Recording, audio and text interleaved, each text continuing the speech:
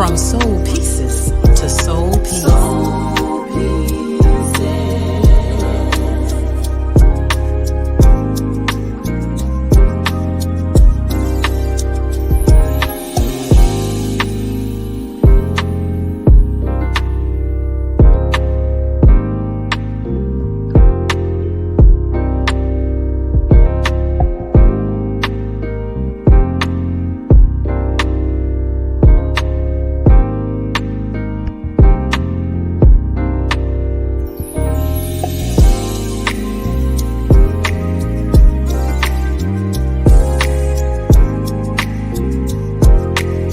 From soul pieces to soul peace.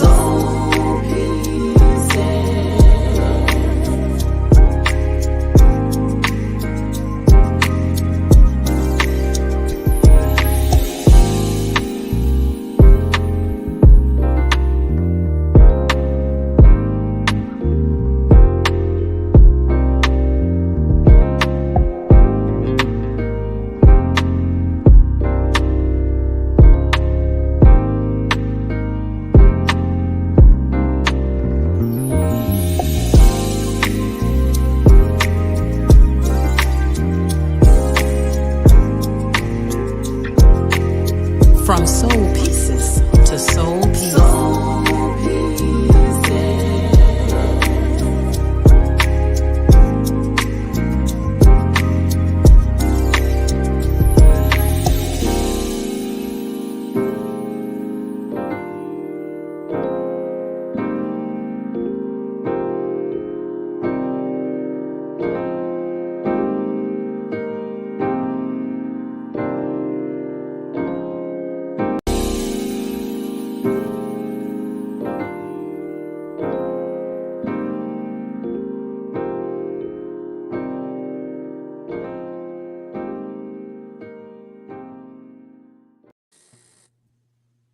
What's going on, everyone? How y'all doing? When another episode of When Men Speak. This your boy Marquis. We got Kodog and we got your boy Haywood. So real quick, we all know that we're going to continue the topic that we had last week, which is striving for greatness while mentally unstable. Of course, our two other guys want to hear Kodog and Chancey was here last week. So real quick, what did you guys? I would say give us 15 seconds of what you guys thought about on the topic and what you thought about the episode from last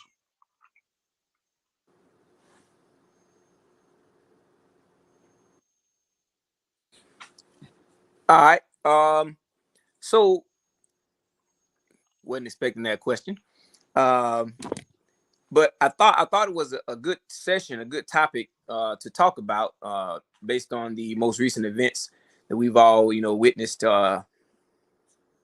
displayed globally. But I think it's an important topic to talk about and to discuss because I think it's something that we all face as men. So definitely agree that we want to continue this topic. Yeah, I'm just going to be in full agreement with that. Okay. So, all right. I want to share something that happened to me last week that I talked to Chancey about in reference to this topic, strive for greatness while mentally unstable. All right. So, what happened is last week, well, actually, yeah, it was about 2 weeks ago. Was it? Yeah. Actually, last Tuesday this happened. But leading up to last Tuesday, which was a week ago, leading up to last Tuesday, I had a very, very busy week. And my week, it consisted of me taking the trip to Georgia to pick up my grandfather. And so when I went to pick him up, of course, that was a like an hour trip. He lives like 5 hours away from where I live. And I went to pick him up. And that same day we came back home, which was actually that was that Monday prior to that. We came back home and he came to my house and I just basically just spent time with him. All he wanted to do was ride around because he's actually used to live here in the Florida area. He wanted to ride around and just, share things with me. So this whole time for that whole week, we was in each other's space, and I was pouring into him. I was constantly pouring into him with the hospitality, with just making sure he was good. And the environment that was created for him, it was really healing and life changing for him. During that week, being that I poured into him, and that was an additional responsibility for me, I still had to do my coaching for my track club. I still had to make sure that I would get my son from school and stuff like that. And so that week, like I said, was pretty busy. That next weekend came up, and he was actually able to have to witness his grandson, which is my son, run track. That's something that he always wanted to do. He saw the videos and all that stuff, and he was very amazed by my son through the videos. And so when he was at the track meet, he was like, "Oh my God!" So he really had a great experience with us. So during this track meet, I'm coaching and helping coach what I think we got like 40 kids on the track club.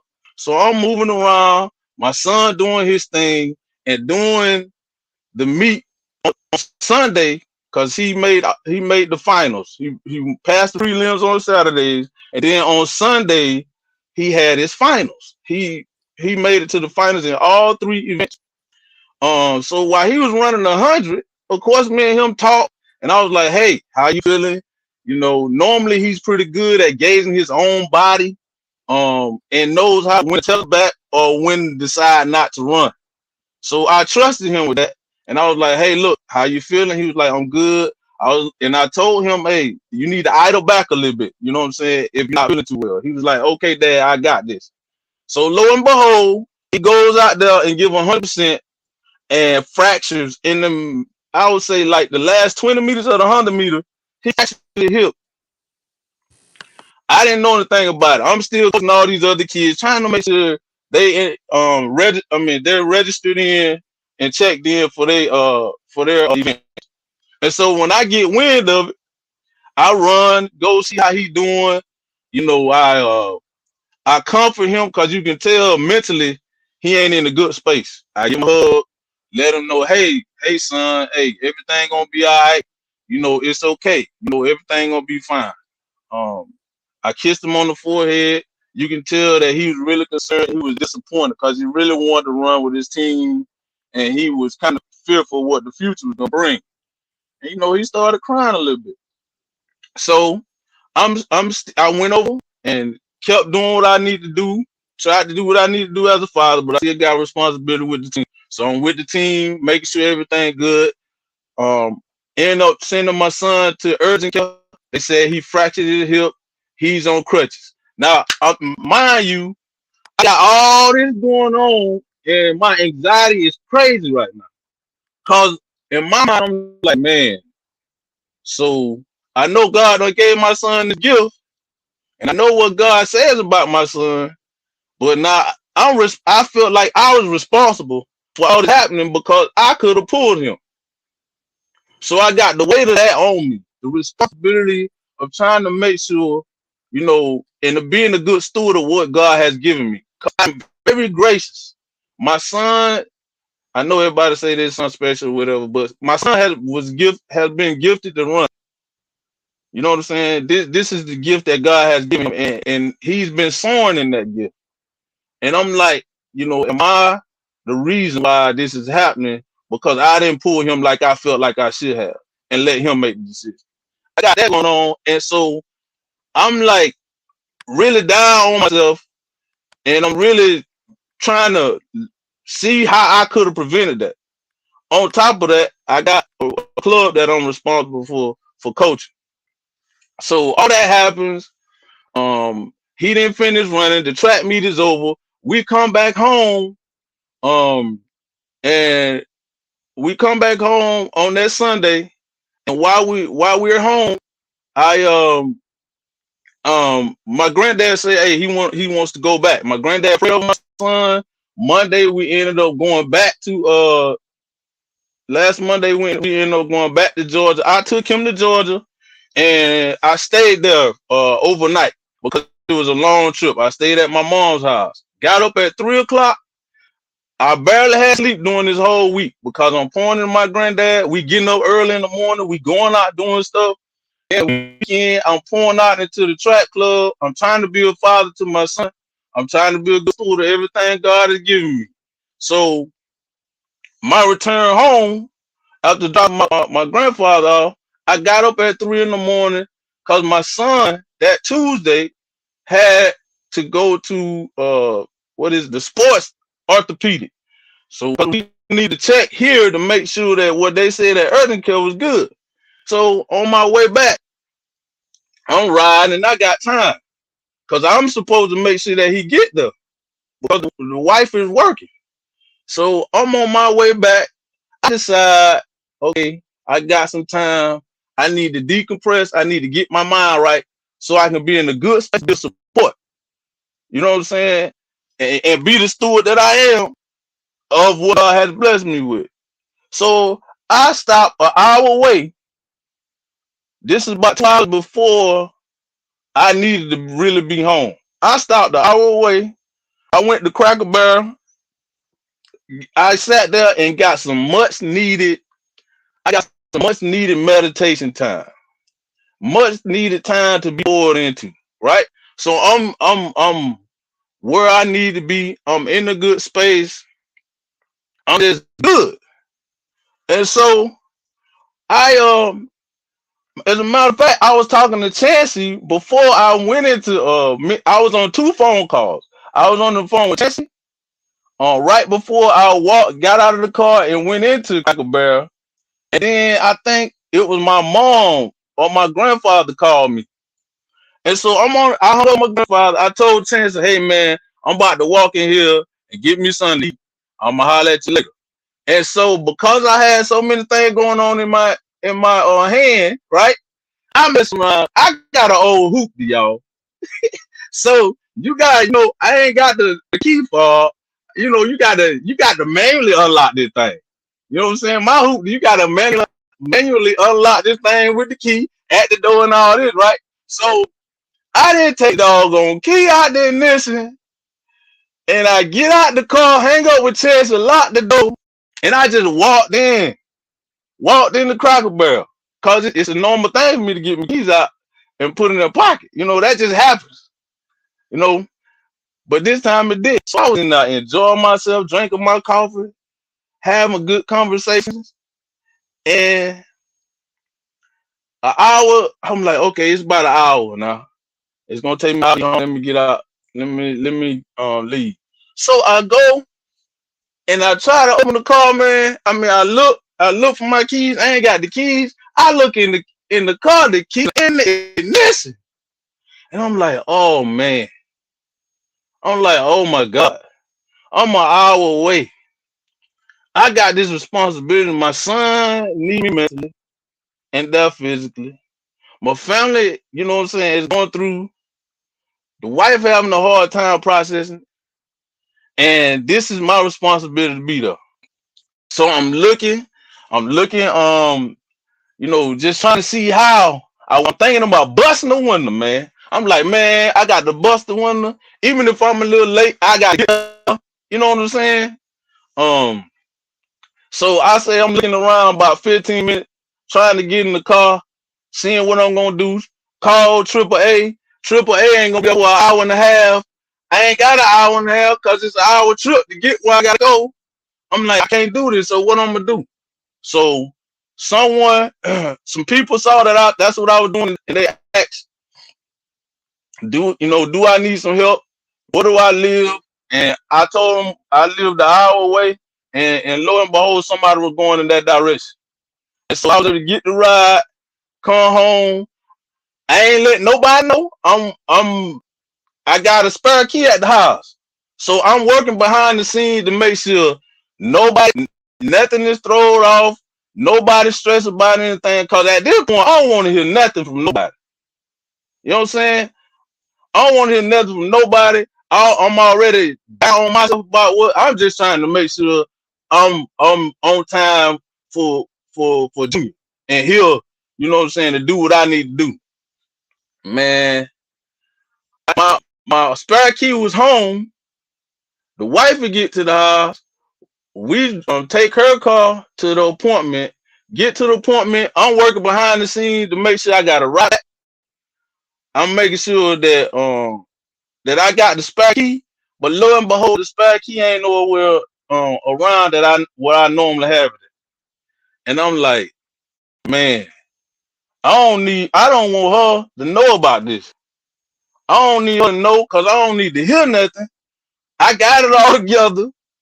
I just need the spare key so I can go get the car and come home. Bro, I ended up having asking her for the spare key after my son's appointment. And of course, we found out, same thing that the urgent care said, that my son had a fracture. It was going to take him 4 weeks to heal before he can do anything. And then 2 weeks before he can go into physical therapy. And so once we find all this out, I'm adjusting. The only thing that I need, I got my right to go get my car. Only thing I need is a spare key. So I asked the wife, I'm like, hey, you know where the spare key to the car is? She was like, yeah, why you need the key to the car? I said, I locked the keys in the car. so I gotta, you know what I'm saying, go back. And then here we go. Everything that I don't need at this moment, right? Here we go. I'm like, what are we gonna do? How, you know what I'm saying? I'm right here. We right here. We might as well just go. And I'm like, in my head, I'm like, we don't just need to go. Everybody done had a rough day. I got this. I'm not gonna inconvenience everybody. We straight. All I need is the spare key. I can take care of everything else. We get there, she say, just go. Initially, I decided to go ahead and drive the car with everybody in the car to go get it. But the traffic was bad. And then also, I needed to be in my own space. I didn't need, you know what I'm saying, that energy though. So what I did was I was like, you know what? I'm just gonna do this later. And I brought them home. On our way home, right? Wife was, telling me how she feel, all you had to do is blah, blah, blah, blah. I said, look, only thing I was focused on is making sure that I was here to fulfill my responsibility. It don't matter how, I got it. Don't worry about it. So it got to the point where I kept hearing her talk, right? And I got so frustrated, bro, that I kind of lost myself. I lost myself to the point, man. I've had out of body experiences in my life. They were spiritual. I've had spiritual out of body experiences in my life. But bro, I ain't never had nothing like this before. I was on freaking co-pilot driving. My mind locked into a place, bro. I was in co-pilot driving, just trying to, and I was conscious. I don't know how to. It was like an out of body experience. I can't even explain it to y'all, man. I was conscious, and I started thinking. I seen a cloud, and I started like, you know how a person that's having a seizure, or a person that is mentally disabled, how they would just stay off somewhere, or somebody, they say that crazy people do this, they just stay out like this, and you look over like, you know what I'm saying, you all right. This how I was under the steering wheel. I was just on co-pilot. I don't know how I was still driving. I don't know, you know what I'm saying? I don't know. And then in my mind, I'm like, I just got to get them home safe. I just got to get them home safe. And I was focusing on things, and my eyes were so fixated on certain things, and my mind was going places. I looked at the cloud and was feeling like, I wonder how to feel to be in that cloud, floating in the cloud, and not being here right now. I'm talking about spiritually. I'm looking and driving, and again, this is an out of body experience, and I'm like, I feel like in this anger, I feel like just running the car into this building right now. But the only thing that was keeping me from doing any of this stuff was my family. And I thought about so many things concerning suicide at this moment, but the only thing that kept me is your family. Only thing that kept me is keep them safe. You're a protector. But for myself, and I was going in, their life might be better without me. See what I'm saying? Man, you so stupid. How could that happen? And where do a lot of this stuff stem from? Because I forget little things sometimes with PTSD, and I feel like I'm inconveniencing people.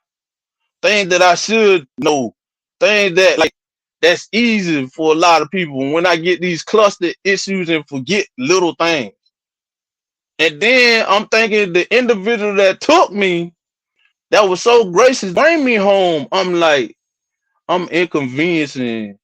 You know what I'm saying? I apologize for my mistake, causing you me to inconvenience you. Something just so simple. And I started to think about my boy that committed suicide in the mind frame that he was in at that moment.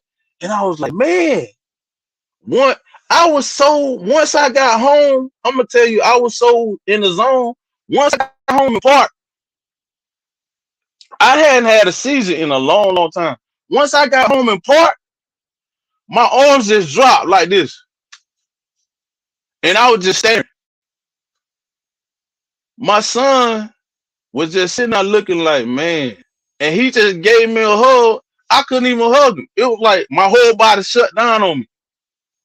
My wife came to the door and said, "You gonna get out?" I couldn't talk. I couldn't talk. Nothing, man. And I was just sitting there in the daze for about 45 minutes. And the only thing I kept saying, even when I was drowning, Lord, you gotta help me. Lord, you gotta help me. I'm about to lose my mind. Lord, you gotta help me. That's it. And after that, I feel like once I slowly came to, slowly came to where I was able to talk, to where I was able to move, and my brain was able to function. And I said, man, I think I might need to take myself in to the hospital for a couple of days to the mental ward. And then I started thinking about this. I actually thought about doing it this week, but I started thinking about I'm like, man, I got an obligation with the When Men Speak.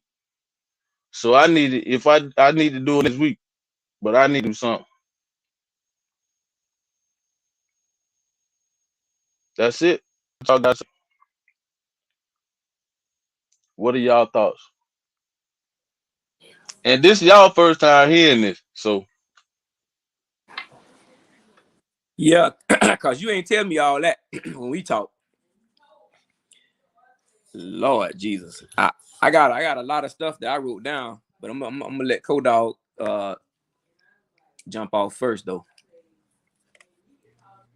Well, when you first started, in my mind, I saw a balloon, and everything you were saying, every situation, that balloon got bigger and bigger and bigger until it just popped.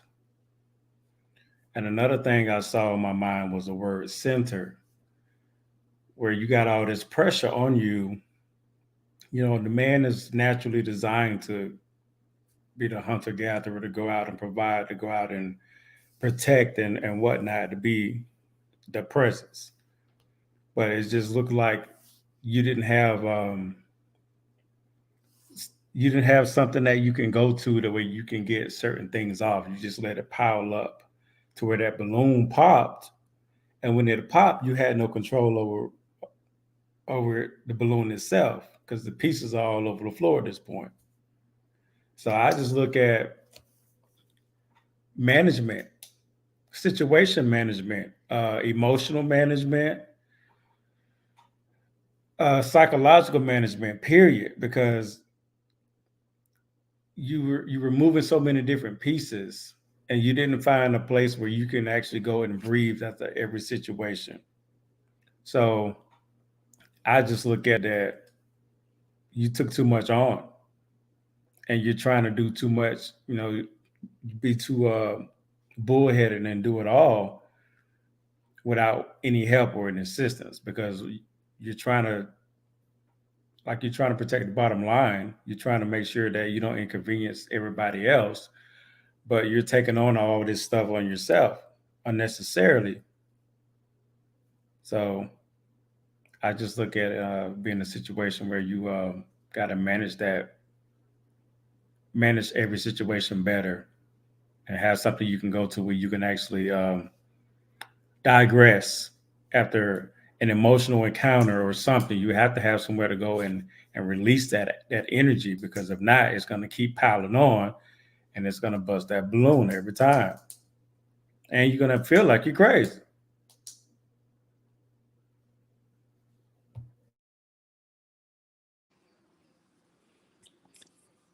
Oh man. Um, I feel like I was going crazy. I ain't never ever been in that space. But I will say I had a conversation maybe a week before that, and I said to this individual, I was like, I feel like I'm going crazy. I don't know what was going on, but I said that. Go ahead, Chance.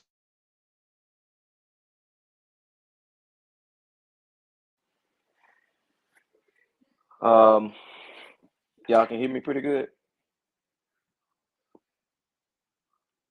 All right. Certainly agree with what Corey said about management. That's very important. The other part is, I think so many people deal with this very same thing on different levels. But the beauty in what you just described to us is the fact that you're able to recognize that things are out of control. You're able to recognize that you needed help. You said when you were driving, you was like, Lord, you got to help me. Lord, you got to help me. Some people don't get to that place or that space to where they can even realize that they in need of help. Here's the other piece.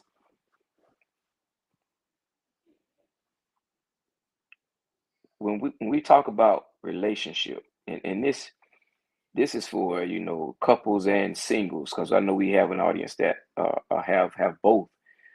Um, Having someone in your life that can identify when we're in that space and help you through it when you can't seemingly help yourself.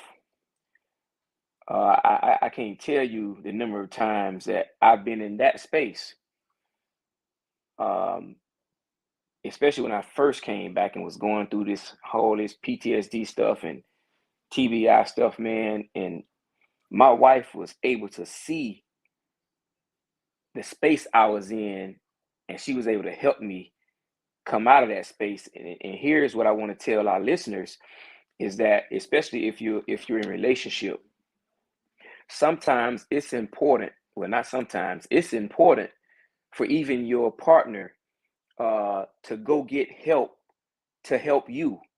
So it's not just about the person who has the dysfunction or the situation going on who needs help. But if you're in a relationship with someone, sometimes you need help on how to deal with them and how to help them out of that space when they get there. Because initially, when I was having these moments, man, my wife didn't know what to do except like Chance, you okay? You okay? Chance, you okay? So she started going with me to my therapist and learning practical ways on how to pull me out of that space. You know what I mean? So that I can function again. So you don't end up sitting there for 40 minutes, 45 minutes trying to get yourself together. Um, so it's just as important, just as vital for your spouse to get the necessary help and assistance needed to help you when we get in that space. Because truth of the matter, just like we talked about last night, Sunday when we all got together, you know, life happens, man. Life is going to happen to us no matter where you are in your life. It's going to happen, and there's no getting around life happening to us. But what's important is how we respond when it does, and the difference maker is if we are equipped with the tools that we need when life does happen. I think that's what separates people from going over the edge and committing suicide and going down that hole of despair and dysfunction and depression, and those who are able to come out of it on the other side and be able to live to tell the story and be a blessing to somebody else. I think that's the Well, difference. why you say they able to? Why did you say they was able to again to come out of? When you have when you're equipped with the resources that you need to help you in that space to come out of those situations. Some people don't have the resources. They don't have the education and the knowledge and the tools that you get from therapy, from counseling, from having accountability partners and all those things that we have. You know what I mean? I can call you. I can call Corey. You know, I can call other folks in my life. I can call my therapist. You know, everybody don't have that Right, resource. and that's outside of right. That's outside of, like you said, that's outside of being in a relationship. I mean, a partnership as far as marriage, because many people are single and they need people, you know, in their life or in their circle to be able to, just like you said, us, we're outside of your marriage and we're available to you. I think the biggest thing, like when I said the word center is personal. Because what if all the people that are in your circle are not available? And it has to be you have to seek this strength and you have to seek this solace. You know, of course, you know, we're spiritual. We can pray and we can go into a prayer space and we can get back grounded and something. God is going to show us something to remind us, hey, we need you here on this earth, in this earthly realm, so we can, you know, continue to glorify the kingdom. So of course we think like that, but I think across the board, like just listen to some of the situations, it's like when you recognize you reached out to God, you verbally you recognize, and I think we all have to have this personal growth thing to where we recognize, hey, I'm not so good right now, and then assess why am I not so good right now, and then that's when you know you can gather yourself until your resources become available because it might it might take just you being able to get back to center until your people become available, because what happens if they don't pick up the phone the whole day? You got to have some kind of way to manage those emotional and those breakdowns, and it's hard, it's challenging, trust me, because I had a breakdown last night. So I'm not up here just saying it. I had a breakdown last night myself. So in the midst of that breakdown, you know, that's when the enemy hit me. You know what? You know, this is exactly, you know, what you always thinking. You know, people don't care about you, and you're dealing with this by yourself. Where your people at now? And then the pride kicked in because I could have reached out to one of you two last night. I didn't. Pride kicked in. It's late. I ain't trying to trouble nobody. You know, I got this, and boohoo crying. I'm 6'4", 215. Boohoo crying on the floor. Got through it. So when we look at the title, "Striving for Greatness While Mentally Unstable," I know that I have people here that I'm a vessel for. I'm the in between, and I have people here that are counting on me. That's what keeps me, from pulling a Will Smith and going on stage and slapping somebody. That's what keeps me somewhat grounded. It's challenging because you're tested daily, but at least we can sit here and put ourselves out there for people to understand that it's an ongoing thing. The road to success is always under construction. It's never done. You know, the thing that y'all say is like when you say sinner, and then Chance was saying just being aware of whatever. I think about my battle buddy that committed suicide. He knew God. You know what I'm saying? He had a relationship with God, but he struggled. And at that moment, that's what I was thinking about. I'm like, how can I be thinking about something that he did and he actually was successful in committing suicide, right?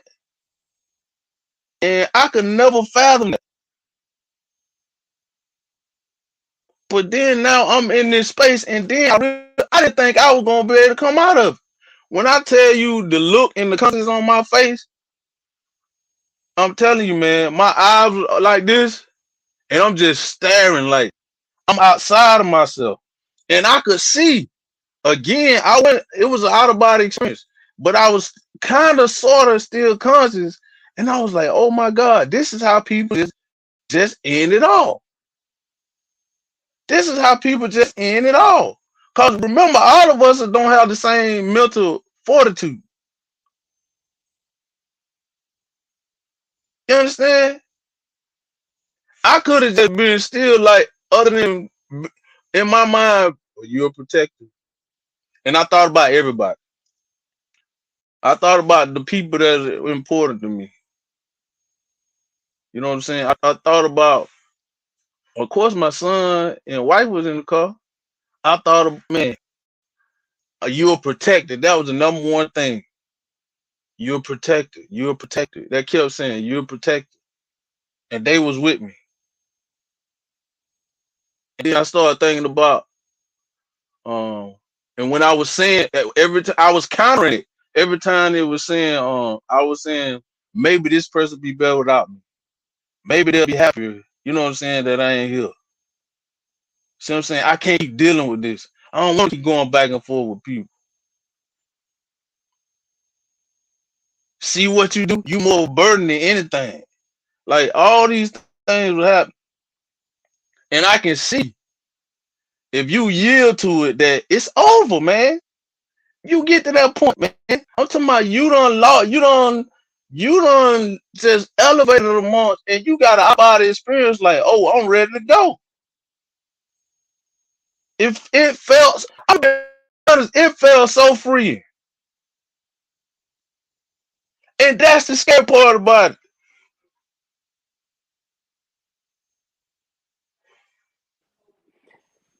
Man, this is such a great conversation. Um, I know the folks listening is enjoying this one, but it's so real. Boy, it's almost like you talking about me because I went through the same. I mean, I've been right there in that place, man. So check this, and I definitely don't want to. We're not trying to beat nobody over the head with the Bible or nothing like this, but this is where, for me anyway, when I was in that space, how this is what kept me from going overboard or from going all the way. I kept hearing uh, scriptures ringing in my ears. Uh, it's like God was reminding me of who I was throughout that ordeal. You know, greater is He that lives in me than he that is in the world. Um, for I have not given you the spirit of fear, but a power, love, and a sound mind.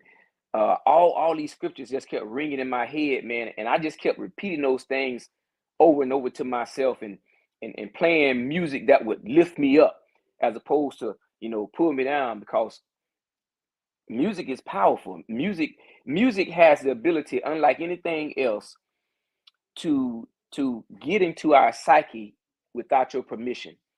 You ever wonder why our kids, especially, they're able to, and even we did. Think about it when we was younger. You can recite a song from start to finish. I mean, verbatim from start to finish, and you like, how in the world?